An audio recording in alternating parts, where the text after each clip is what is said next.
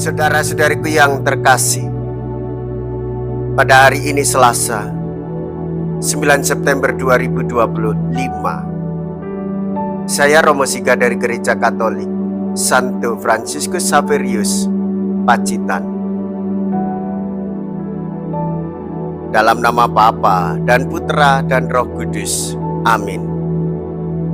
Banyak pendapat dan pandangan hidup melintas di hadapan kita, sehingga kita bertanya-tanya mana yang paling baik. Menurut Paulus, kita hendaknya tetap berpegang teguh pada Yesus yang telah menunjukkan arah yang tidak boleh kita tinggalkan. Ketika Yesus menghadapi keputusan memilih para rasul, ia menyepi dan berdoa kepada Bapanya untuk menemukan sikap hidup yang benar.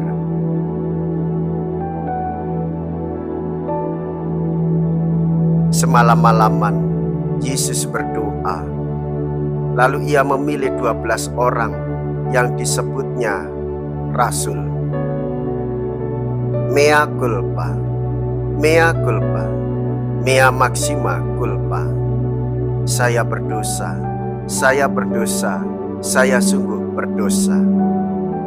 Semoga Allah yang Maha Kuasa mengasihani kita, mengampuni dosa kita, dan menghantar kita ke hidup yang kekal. Amin. Marilah kita berdoa.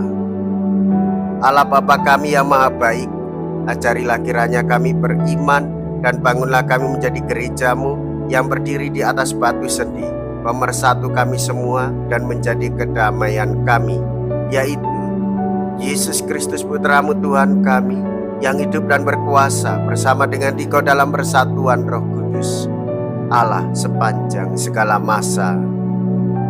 Amin. Tuhan bersamamu dan bersama rohmu. Inilah Injil suci menurut Lukas. Dimuliakanlah Tuhan. Lukas bab 6 ayat 12 sampai dengan ayat 19. Sekali peristiwa, Yesus mendaki sebuah bukit untuk berdoa. Semalam-malaman ia berdoa kepada Allah. Keesokan harinya ketika hari siang, ia memanggil murid-muridnya dan memilih dari antara mereka 12 orang yang disebutnya rasul. Mereka itu ialah Simon, yang diberinya nama Petrus, Andreas, saudara Simon, Yakobus dan Yohanes, Filipus dan Bartolomeus, Matius dan Thomas, Yakobus anak Alfius, dan Simon yang disebut orang Selot, Yudas anak Yakobus, dan Yudas Iskariot yang kemudian menjadi pengkhianat. Lalu Yesus turun bersama mereka dan berhenti pada suatu tempat yang datar.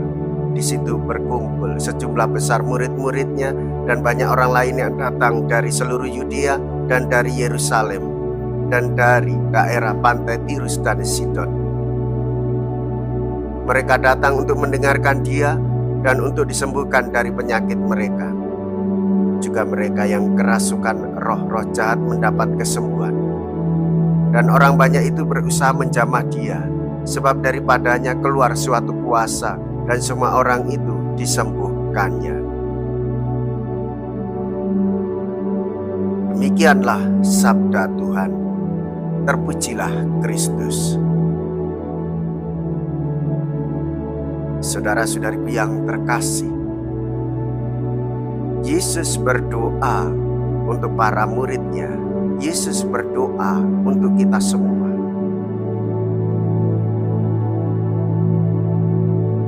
Yesus tidak menyerah terhadap segala kelemahan-kelemahan dan segala kesalahan-kesalahan kita.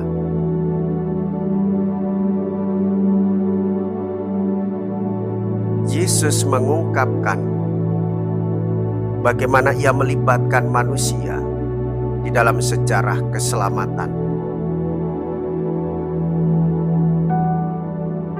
Ketika kita tahu bagaimana Tuhan Yesus berhadapan dengan Petrus,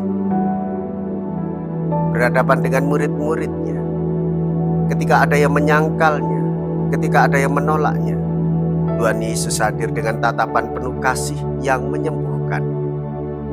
Tuhan Yesus dengan segala kerendahan hatinya memberikan ketenangan dan kesejukan bagi siapa saja yang datang kepadanya. Bahkan kita mengetahui bahwa Yesus menyembuhkan orang dari roh-roh jahat dan menyembuhkan orang-orang yang sakit. Saudara-saudariku yang terkasih, dengan demikian hendaklah kita hanya bergantung kepada Tuhan. Doa kita sebagai bentuk relasi percaya dan taat kepada Tuhan.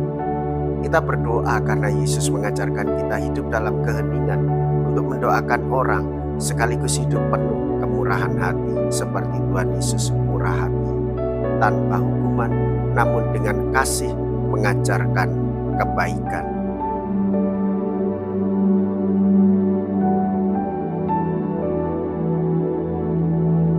Marilah kita berdoa. Allah Bapa Raja Damai, jadikanlah kiranya kami saksi-saksi-Mu dalam segala tingkah laku kami. Perkenankanlah kami penuh belas dan cinta kasih serta setia, sehingga dengan demikian kerajaan damai-Mu selalu berkembang di tengah-tengah kami, dengan pengantaraan Kristus Tuhan kami. Amin. Tuhan beserta kita, sekarang dan selama-lamanya.